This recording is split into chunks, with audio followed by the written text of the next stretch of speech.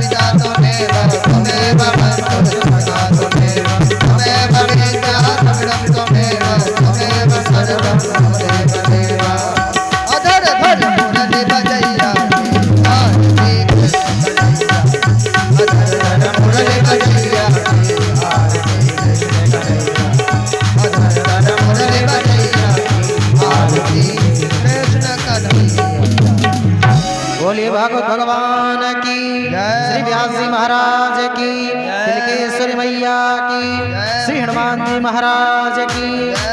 आप बोला हमारे बहन देवकी से तुमको विवाह करना पड़ेगा। वसुदेव जी महाराज ने स्वीकृति दे दी। देवकी मैया का विवाह वसुदेव जी के साथ हो गया। विदाई की बेला आई तो विदाई के बेला में कंस ने विचार किया कि हम ही रथ को लेकर के जाऊंगा इसके घर को छोड़ने। कंस सारथी बना और सारथी बन करके चल पड़ा। जब मथुरा से गोकुल के आधे रास्ते में पहुंचा तो आकाशवाणी होती है, अस्यास्त्वष्टमो गर्भे हंतायाम महसे बुधा।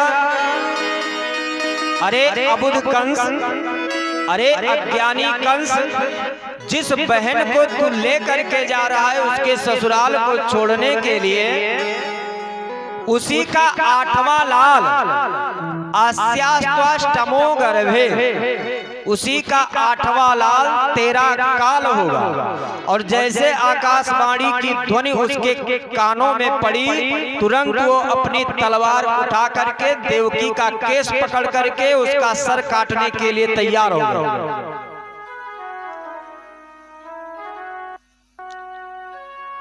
वसुदेव जी महाराज वहीं पर विराजमान थे। वसुदेव जी ने विचार किया ये मेरी धर्म पत्नी है और यदि मैं इसकी रक्षा नहीं कर पाया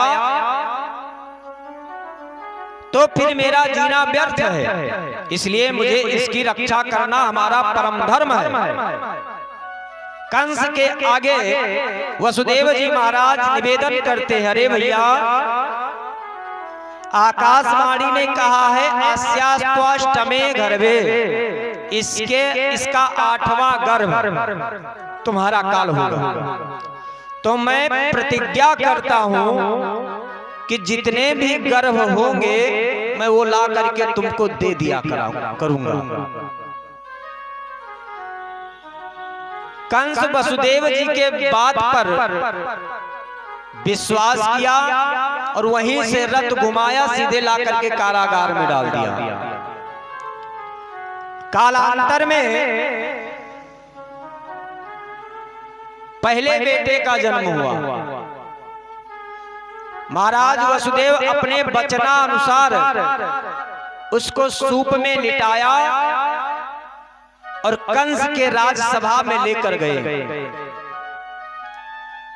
कंस विचार करता है, बालक को देखता है तो उसके मन में दया आ गई और उसने कहा कि मुझे डर है तो 8वें गर्भ से, पहले गर्भ से मुझे कोई डर नहीं है, इसलिए वसुदेव जी महाराज को वापस कर दिया। इधर देवता लोग विचार करते हैं कि यदि कंस का मन बदल गया और बालकों की हत्या करना बंद कर दिया तो इसकी मृत्यु भगवान इसको मारेंगे नहीं, और जो इसको मारेंगे नहीं तो पापी व्यक्ति की दृष्टि बुद्धि कब बदल जाए कुछ पता नहीं होता है। तो इसलिए इसकी मृत्यु जरूरी है, इसका विनाश जरूरी है, और इसके विनाश के लिए पहले इसको कुछ ऐसे पाप करने होंगे जो अक्षम्य हो। देवता लोग नारद जी के पास गए। नारद जी महाराज कंस के दरबार में पहुंचे। कंस उठ करके महाराज नारद जी का स्वागत किया, वंदन किया, पूजन किया, बैठाया। उसके बाद नारद जी पूछते हैं कि तुम्हारा मुख लटका क्यों है?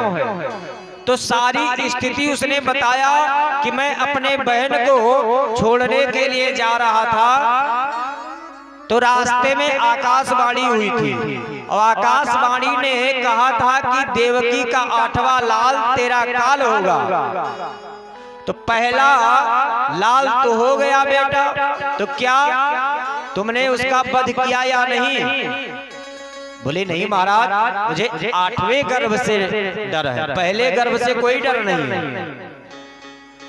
नारद जी तुरंत एक कमल का पुष्प मंगाए और कमल के पुष्प को गणना प्रारंभ किए।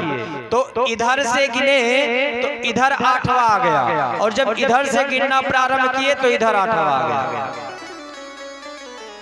नारद जी के इस बात को कंस समझ गया कि कोई भी लाल 8वां हो सकता है, कोई भी लाल मेरा काल बन सकता है। तुरंत वसुदेव जी को बुलाया, बच्चे को लाए और बच्चे को उठा करके तुरंत एक पत्थर पर पटक दिया।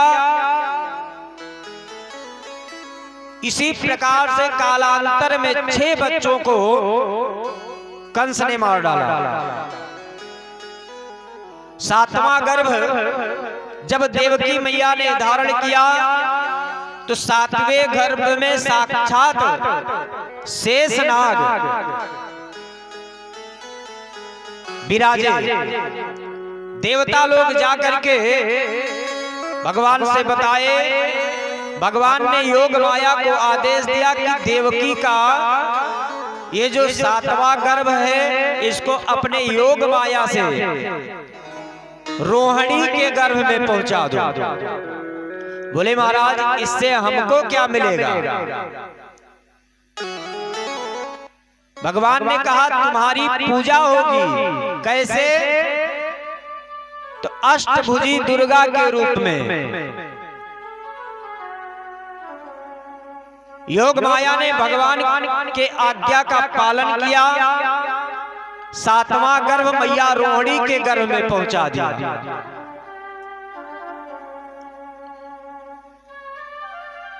अब 8वां गर्भ जब मैया ने धारण किया तो साक्षात भगवान श्री हरि मैया के गर्भ में विराजे।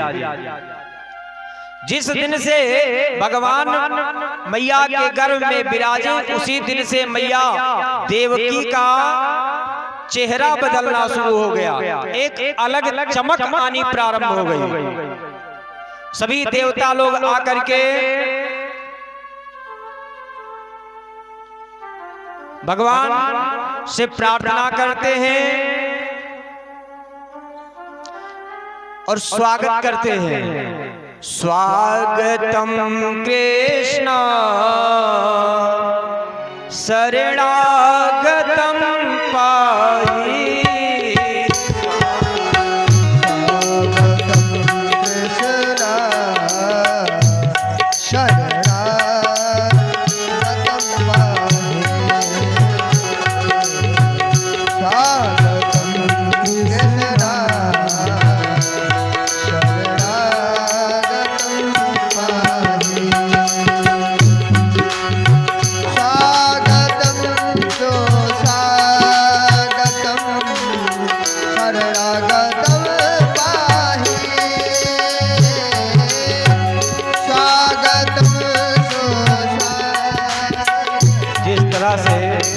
आप लोग भगवान का स्वागत कर रहे हैं तो इससे तो पड़ोसी भी नहीं आएगा बुलाने से। अरे भगवान आ रहे हैं, हम लोग भगवान के स्वागत के लिए यहाँ बैठे हैं कि ऐसे आएगा कोई मुंह लटका करके बैठ गए। अरे थोड़ा मुख पर प्रसन्नता लाइए और दोनों हाथ उठा करके ताली बजाइए, तब भगवान आएंगे, ऐसे पड़ोसी भी नहीं आएगा। स्वागतम कृष्णा शरणागतम पाहि। स्वागतम कृष्णा शरणागतम पाहि। स्वागतम शरणागतम कृष्णा स्वागतम स्वागतम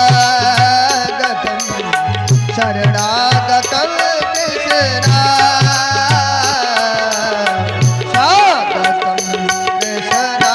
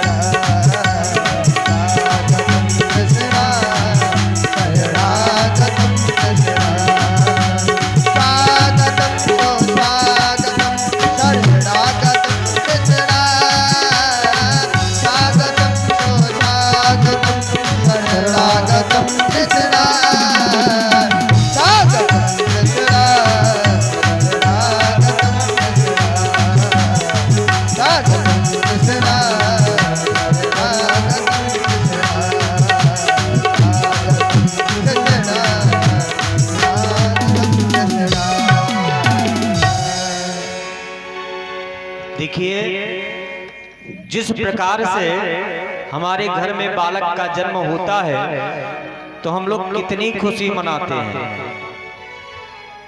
आज तो परमात्मा इस तिलका के पावन धरा धाम पर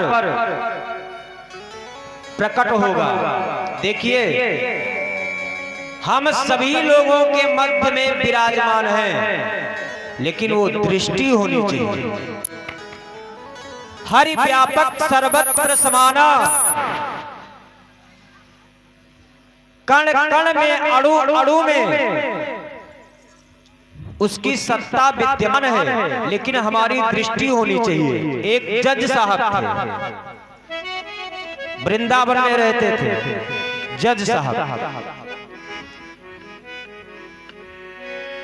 साहब से किसी ने पूछा कि आपने अपनी नौकरी से इस्तीफा क्यों दे दिया।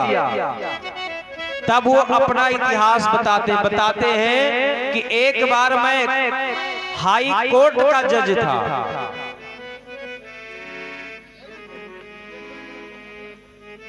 एक बार हमारे पास ऐसा केस आया कि उस केस को लेकर के मैं उलझ गया। क्या बताया, एक सेठ जी थे और एक धोबी था। धोबी बहुत था, उसके घर में खाने तक के लाले थे।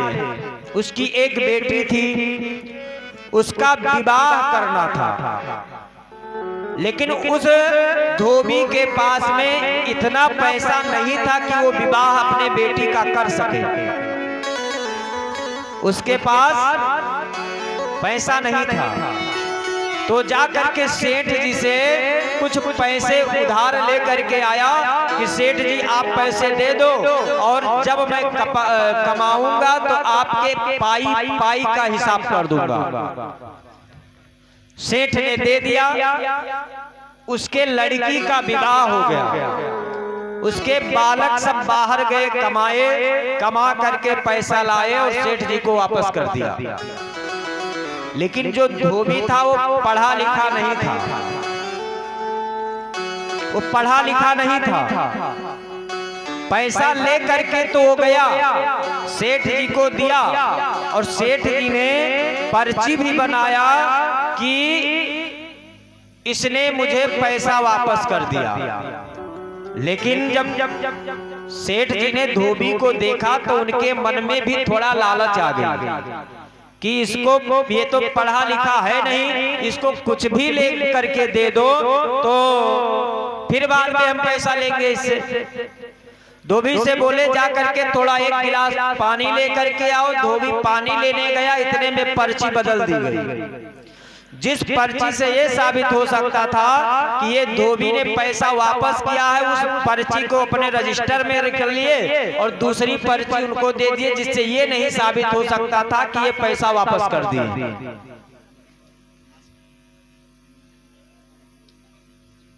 2-4 साल व्यतीत हुआ। सेठ जी पुनः धोबी के घर पहुंच गए, भैया हमारा पैसा कब वापस कर रहे हो। धोबी ने कहा, महाराज आज के 4 साल पहले हम पैसा वापस कर दिया। सेठ जी ने कहा, तुम्हारे पास कोई प्रमाण है? धोबी वो पर्ची लेकर के आया जो सेठ जी दिए थे। उस पर्ची से ये नहीं साबित हो पाया कि धोबी ने इनका पैसा वापस किया।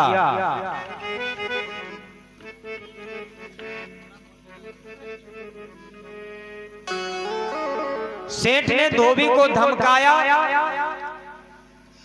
लेकिन अब भाई धोबी पैसा दे चुका था तो वो भी अपने बात पर अड़ा हुआ था। उसने जाकर के केस कर दिया धोबी के नाम।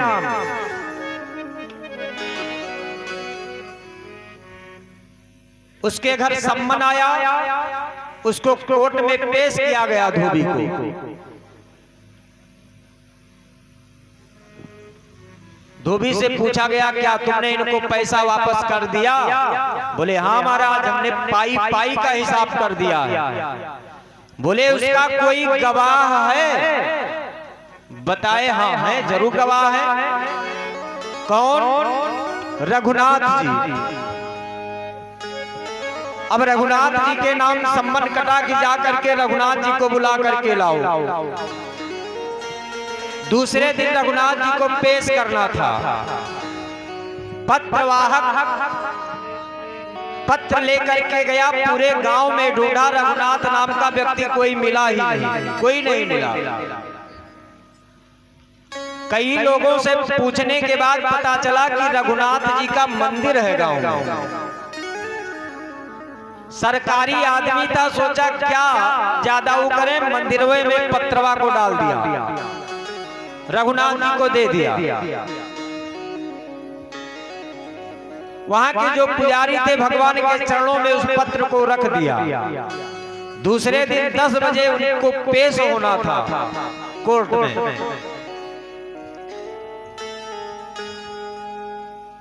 मंदिर के पुजारी ने सुबह सुबह भोजन बनाया, भगवान को सुंदर वस्त्र पहनाया और भगवान से पुजारी कहते हैं, महाराज आज आपका एक भक्त आपके नाम पर कोर्ट में केस चल रहा है, उसमें आपको गवाही देने जाना है और यदि आप नहीं गए तो फिर आपके नाम पर कोई विश्वास नहीं करेगा।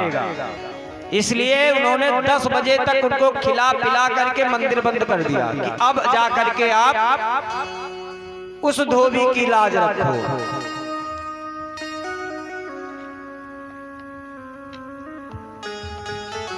कचहरी लगी, जज साहब अपने कुर्सी पर विराजमान हुए और विराजमान हो करके आवाज लगाई गई कि रघुनाथ जी हाजिर हो, रघुनाथ जी हाजिर हो।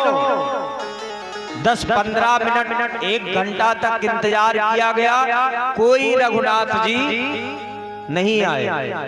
और जब रघुनाथ जी नहीं आए तो जज साहब को गुस्सा आ गया और गुस्से में उस धोबी को आजन्म कारावास की सजा सुनाने के लिए तत्पर हो गए। और जो ही सजा सुनाने के लिए तत्पर हुए कि एक बुढ़ा फटा पुराना वस्त्र पहन करके उस कोर्ट में पहुंचा। जज साहब ठहरिए, हम रघुनाथ जी हैं। सामने पेश किया गया। जज साहब ने पूछा, क्या तुमने इस धोबी को पैसा वापस करते हुए देखा था? रघुनाथ जी ने हाथ जोड़ करके कहा, साहब हमारे सामने इन्होंने पैसा वापस किया है।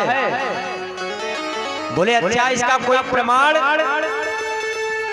बोले इनके तिजोरी में जो लाल लाल डायरी रखी है, उसी डायरी में वो पत्र लिखा, वो कागज रखा है जिससे ये साबित हो सकता है कि इस धोबी ने पैसा वापस किया।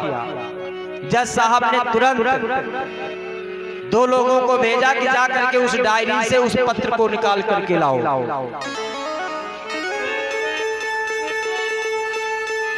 उस पत्र को जा करके ढूंढ करके लाए, जज के सामने पेश किया गया। जज साहब ने उस कागज को देखा, ये साबित हो गया कि धोबी ने पैसा वापस कर दिया। इतने में वो बुढ़े, जो बूढ़ा पुरुष था, वो गायब हो गया, अंतर्ध्यान हो गया। तब जज साहब को समझ में आया कि जब उस गांव में कोई रघुनाथ नाम का व्यक्ति था ही नहीं, तो फिर ये रघुनाथ जी आए कहां से? पूछा गया, बोला मंदिर था, मंदिर से। जज साहब दुखी हो गए। दुखी होकर के तुरंत उन्होंने अपने जज साहब के पद से इस्तीफा दिया और घर को चल पड़े रोते हुए। किसी ने पूछा कि जज साहब आज रोज रो क्यों रहे हो आप? जज साहब कहते हैं, सुख सारद नारद शेष गणेश हूँ, नहीं ध्यान में जो आते रहे, सोई आज विनीत अदालत में धोबिया के गवाह कहाते रहे। सुख धोखे हूँ दर्श दियो को भयो, दुख नाही ने जो तज जाते रहे। इस सब बात का मुझे दुख नहीं है, दुख सिर्फ एक बात का है। किस बात का?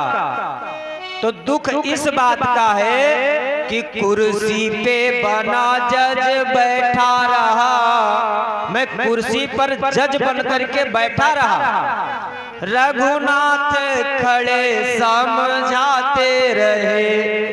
भगवान खड़े समझाते रहे, लेकिन मैं उनको पहचान नहीं पाया।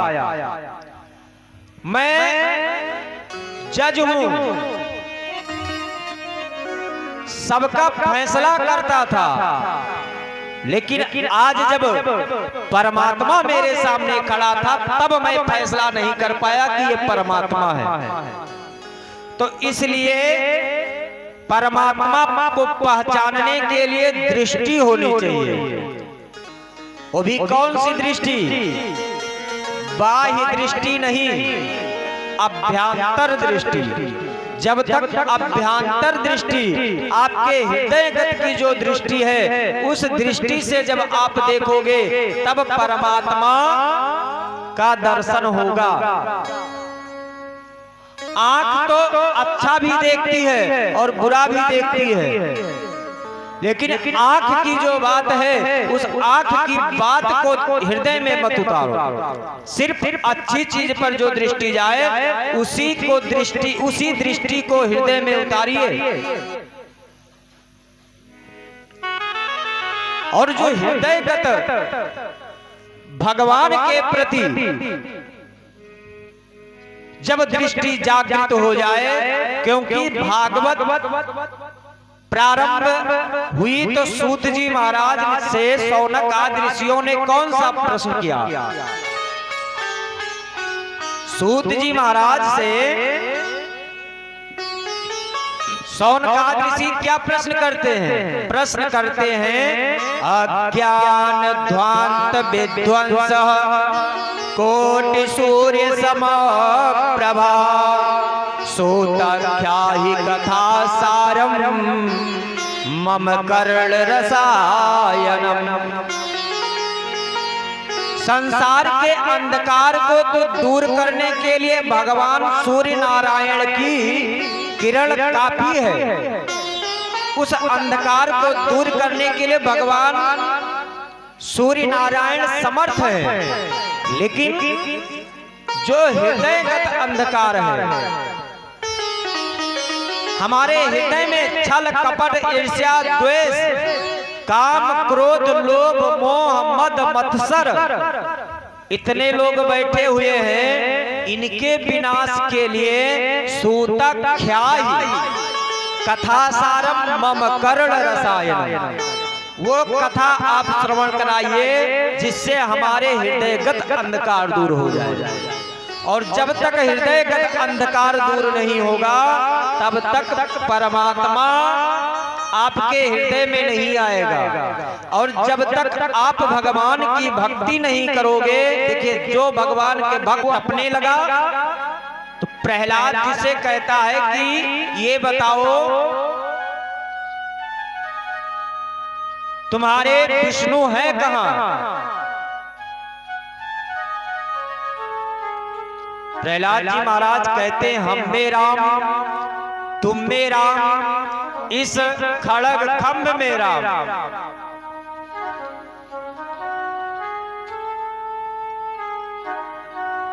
जैसे कहा इस खड़ग खंभ में राम, तुरंत उस तपते हुए खंभे में प्रहलाद जी को बंधवा दिया। प्रहलाद जी महाराज की आस्था थी कि इसमें भगवान है, तो वह स्तंभ शीतल हो गया। प्रहलाद जी की आस्था थी तो वह शीतल हो गया और उस खंभे से भगवान को प्रकट होना पड़ा। आस्था प्रधान होना चाहिए, भगवान वहीं प्रकट हो जाएंगे। एक पंडित जी रहे थे, कथा कह रहे थे, तो पंडित जी ने कहा, अरे जो पावा, बताए इस भवसागर से जो पार जाना चाहता है तो राम कथा ता कह दृढ़ नावा। विचार कहती है कि राम का नाम लेकर के भवसागर से पार जाया जा सकता है, तो क्या भगवान का नाम लेकर के हम इस यमुना को नहीं पार कर सकते हैं?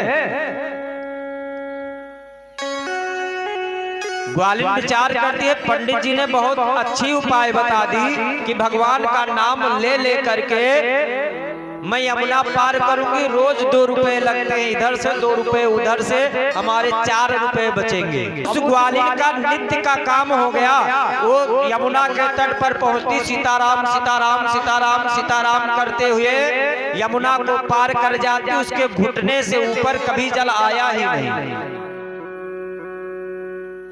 नाव करना बंद कर दी। सीताराम सीताराम करती हुई यमुना को पार कर जाती। एक दिन की बात है, जो पंडित जी कथा कह रहे थे उनको भी यमुना पार जाना था। ग्वालिन दही बेच करके लौटी थी। ग्वालिन ने पंडित जी को प्रणाम किया।